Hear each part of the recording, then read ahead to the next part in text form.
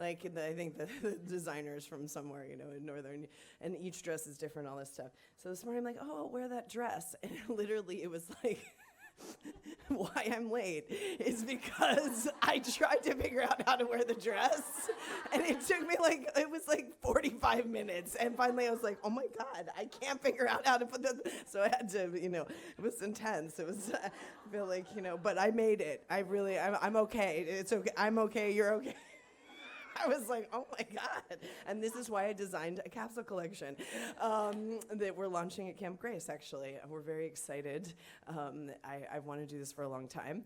And all of our dresses are very clear on how to wear them. You can be creative with them, but it's not, you're not going to have to labor over. I was like, wow, I really love the creativity, but I literally can't figure out how to put this dress on. It was very... But, thank you for asking. I'm fine. Okay. These are the things people don't understand. This is what we go through as women, Okay, so we're going to do this kind of special thing to seal some of the work we did this weekend. And one thing I was thinking about this morning is, we covered a lot of the bases, which is what's so wonderful about these times when we come together. It's, we got into some of the prosperity teachings the first day, some of the business creativity, prosperity teachings. The second day, we started to kind of dismantle some of the political, societal, and kind of embedded patriarchal and racial and social issues. So I feel really, and we think that the conversation that happened Friday night with all of the people who are on the panel who all do a lot of things out in the world, we think that was a historic conversation in the space that it was happening, even outside the space, because they told me, I'm really, and to all of you as well, because everyone told me that even some conversations they've been to about these issues, it didn't go as deep. It wasn't, it was definitely, there was the level of candor and the level of kind of discomfort that we all were able to kind of be in to have that conversation was, I think, really powerful. And that's because this community holds a space. We're training to be able to be in some discomfort and hold that in a way that's really potent. And then also just to have, our community members, the Graces, Victoria, and Saib Simran on the panel before, and it's one of my great pleasures as the stage mom that I am. Sonia, some of you know Sonia because I've made her be on other panels before. She was here on on stage with me with the international meditation. She was sitting right next to me, and she's in femtech, and she's a brilliant mind in femtech, and very just really. She actually opened Urban Zen for Donna Karen. She's a dear friend of Donna Karen's, and has held that space for a long time, and then has gone on to she's always doing something else amazing, but she texted me. Yesterday, she was like, "Thank you. My gentle soul on stage is so hidden. I'm so grateful you're my stage mom." So it's my great pleasure to be a stage mom, and make all of you kind of any way I can share your. I'm not done with you. Share your gifts and because I really believe that this is part. You are going to be called on in some way. You're going to be called on, and you're going to have to, be in front of people and talk in front of people and be a leader, and people are going to follow you, much to your chagrin, some of you. And I understand. I'm an introvert, little known. People think that's, I'm a total, complete hermit introvert, and you're going to be called on. And so I love watching people who get energy from being around other people. It's like I find that very fascinating. Not that I don't, but it's a whole different. And I know the introverts in here know what I'm talking about. It's a whole different thing. When I watch Hudman Jote's probably one of the only extroverts on our team, and I just love watching her because she just loves it. And I'm like, wow, that's fascinating. I love it, but as long as I can, it's the classic introvert thing, and many of you know what I'm talking about. But So no matter what your kind of inclination is or your preference, you're going to be called upon. No matter how hidden you want to be, and no matter how much you don't want to be seen, you're going to be called upon. And that's just that's the era that we're in. That's what we need leadership. We need people with clear minds and able bodies. And what I mean by that is a vitality, which is then what we worked on yesterday. A vitality to handle the virtues in every sector. So in everything that each one of you are doing, you're on assignment. Don't quit your day job. It's really important to be where you are doing what you're doing, and there'll be things that you hadn't previously thought of in terms of what you're going to be called upon to be present for, and to be, and then all sorts of new projects. One thing, I said this, and everybody's like, whatever. But I'm going to say it again because it's one of the most proud, it really is one of the things I'm most proud about with this Rama community, is that from the work we've done in Immense Grace and Aquarian Business Academy and some of the other kind of educational experiences and transmissional experiences that we have, thousands and thousands of businesses and creative endeavors have been launched. And that will become hundreds of thousands and millions, because that's my whole thing. I just am so that if this isn't activating you to do something, and then this is the golden chain. This is why I was talking about in the teaching, whoever I was talking to yesterday.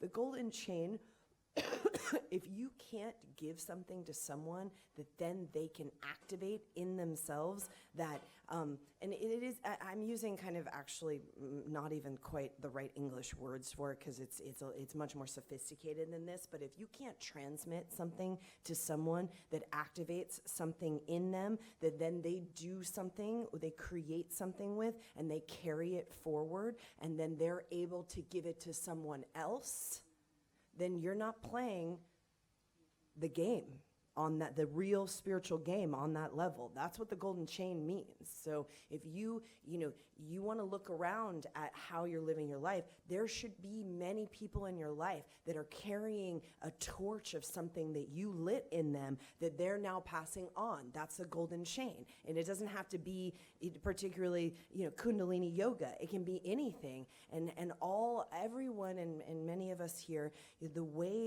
one of the big keystones of success is that you have mentorship. You have women that you're inspired by, or men. It doesn't have to be women, but you have people in your life that you're inspired by that are in some way mentoring you, or in some way kind of transmitting to you something that has initiated something in you, or self-initiated something in you, and then that kind of inspiration becomes something that you're able to give someone else.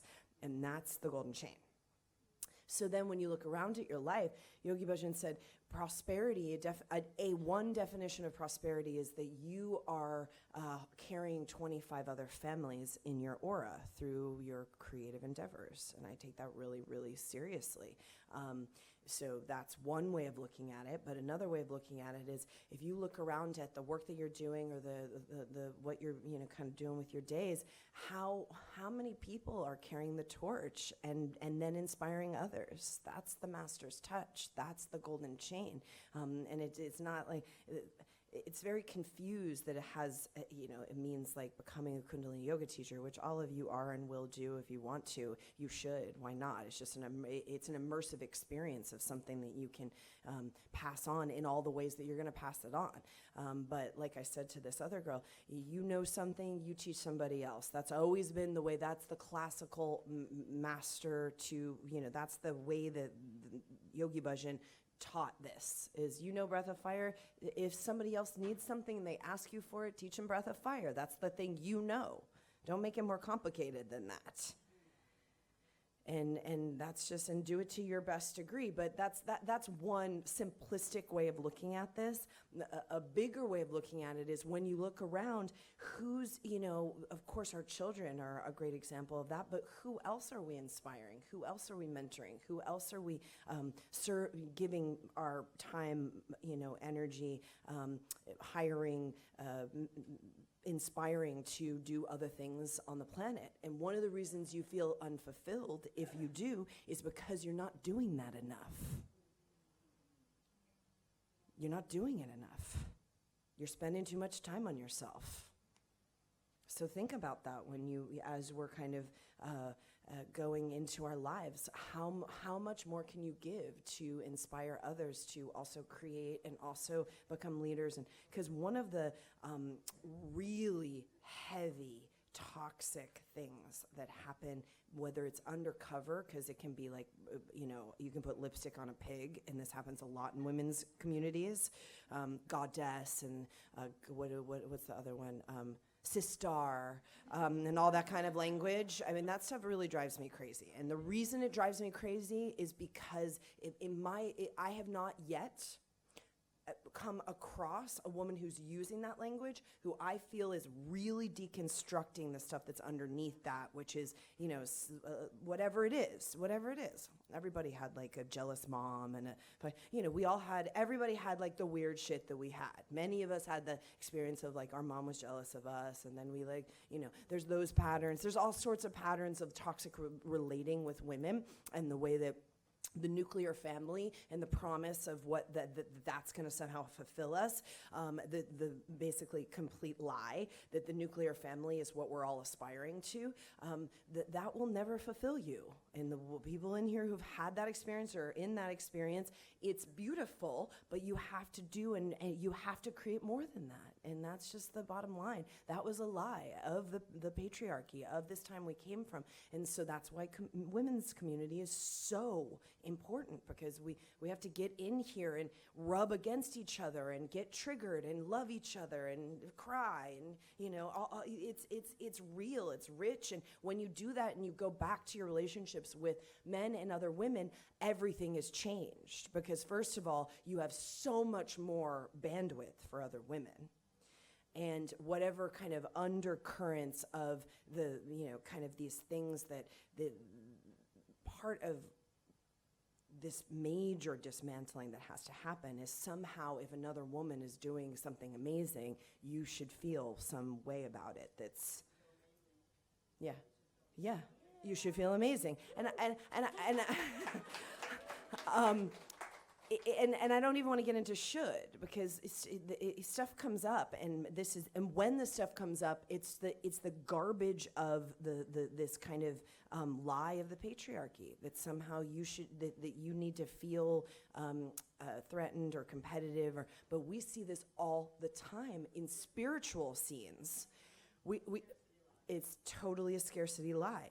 And we see this all the time in spiritual scenes where people aren't raising up another generation of people who are giving their gifts in a real. Yogi Bhajan was hardcore about this. The way that you can measure yourself as a teacher, and how many of the people in your sphere of influence, whether it's your husband or your children or your coworkers or your employees or whatever, it can be anyone who are being elevated and who are really, making an impression on others. Their caliber, their intelligence, their radiance, the projects they're doing, and this is, in many different ways, who you surround yourself with and how you elevate each other is all connected to the amount of kind of success and fulfillment that you have.